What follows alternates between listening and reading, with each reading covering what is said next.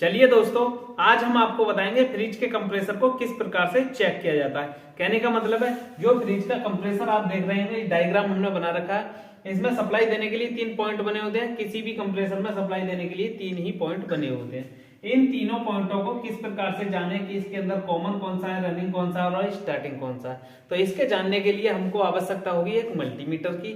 चाहे आपके पास मल्टीमीटर हो, क्लैम मीटर हो, या जिसके अंदर डिस्प्ले लगा हुआ और रीडिंग शो होना चाहिए, वो मीटर आपके पास होना चाहिए, जिससे हम कंप्रेसर की रनिंग स्टार्टिंग कॉमन को जान पाएंगे। कोई भी हमारे पास कंप्रेसर रहा होगा, उसमें इस तरह से टर्मिनल बने होंगे सप्लाई देने के लिए। किसी किसी कंप्रेसर में यही टर्मिनल इस प्रकार से आपको देखने को मिल सकते हैं। दोनों का चेक करने का तरीका सेम है। चाहे आपको एक टर्मिनल जो सिंगल होता है वो ऊपर की तरफ हो, चाहे नीचे की तरफ हो, इससे भी कोई भी दिक्कत नहीं है। तो चलिए स्टार्ट करते हैं।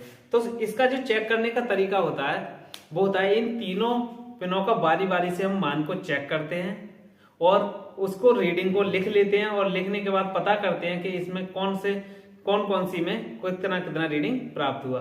तो मैं आपको बता दूं, सबसे पहले ये समझते हैं कि इसके अंदर जो रीडिंग प्राप्त होगी वो क्या होगी। तो इस कहने का मतलब है जब हम किन्हीं दो पिनों का मान चेक करेंगे तो कोई रीडिंग शो होगी, तो बारी बारी से तीनों पिनों का मान चेक किया जाएगा। जिन दो पिनों का मान सबसे अधिक आएगा, जिन दो पिनों का मान सबसे अधिक आएगा, वो उन दोनों पिनों को छोड़ करके बची हुई पिन हमारी कॉमन की होगी। ठीक, उसके बाद एक नॉब हम मल्टीमीटर की कॉमन पर रखेंगे और फिर उन दोनों पिनों को बारी बारी से चेक करेंगे। जिस पिन पर हमारा मान अधिक आएगा वो हमारी स्टार्टिंग की होगी, और जिस पिन पर हमारा मान कम आएगा वो पिन हमारी रनिंग की होगी। ठीक, इस प्रकार से इसको चेक किया जाता है। अब उसको मैं आपको चेक करके दिखा देता हूं। मान लीजिए हमारी जो अकेली जो पिन है उसको हमने ए नाम दे दिया, नीचे की तरफ दोनों पिन है उसको बी और एक को सी। सबसे पहले हम मल्टीमीटर की दोनों नोबों को रखेंगे, यानी कि एक को ए पे रखा, एक को बी पे रखा, तो यानी कि ए प्लस बी। इनका जो भी रीडिंग शो हुआ हमारे मल्टीमीटर में वो हमको लिख लेना है दोस्तों। तो इसका मान लीजिए कि हमारा जो रीडिंग है वो 1500 होगा। ठीक, इसी प्रकार से आपको भी लिख लेना है। उसके बाद हम चेक करेंगे ए और सी को। तो दोस्तों ए प्लस सी में जो हमारी रीडिंग प्राप्त हुई वो हुई हमको 12। इसी प्रकार से आपको भी लिख लेना है जो भी रीडिंग आपकी प्राप्त हो। ये केवल आपको हम तरीका समझा रहे हैं। उसके बाद दोस्तों चेक करेंगे बी प्लस सी को, यानी कि बी प्लस सी। इसको जब हम चेक करेंगे तो इसमें भी कोई भी रीडिंग प्राप्त होगी हमको। तो मान लीजिए हमारे केस में 20 रीडिंग हमको प्राप्त हुई। मैंने आपको फॉर्मूला बताया, जिन दो पिनों का मान सबसे ज्यादा अधिक आएगा उन दोनों पिनों को छोड़ करके बची हुई पिन हमारी कॉमन की होगी। ठीक, तो इनमें कौन सा B प्लस सी में हमको सबसे ज्यादा मान देखने को मिला, तो ये पिन कौन सी है, इन दोनों पिनों को छोड़ करके बची हुई पिन काय की होगी, कॉमन की।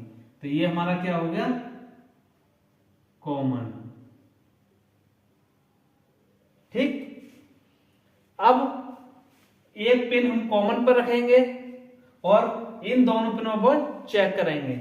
हमने एक नॉब ए पर रखी और दूसरी बी पर रखी, तो हमारा ए और बी का मान कितना आया था, 15।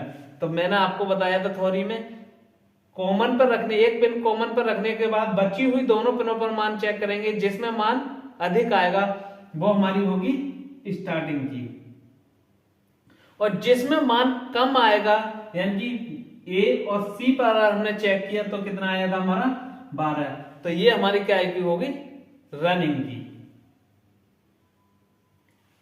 समझ गए दोस्तों। इस प्रकार से आप अपने कंप्रेसर को चेक कर सकते हैं और जान सकते हैं कि इसके अंदर रनिंग स्टार्टिंग कौन सी। अब मैं आपको बता दूं कि जैसे जिन दो पिनों का मान सबसे अधिक आया था वो हमारी दोनों पिनों को छोड़ करके बची हुई पिन हमारी कॉमन की थी।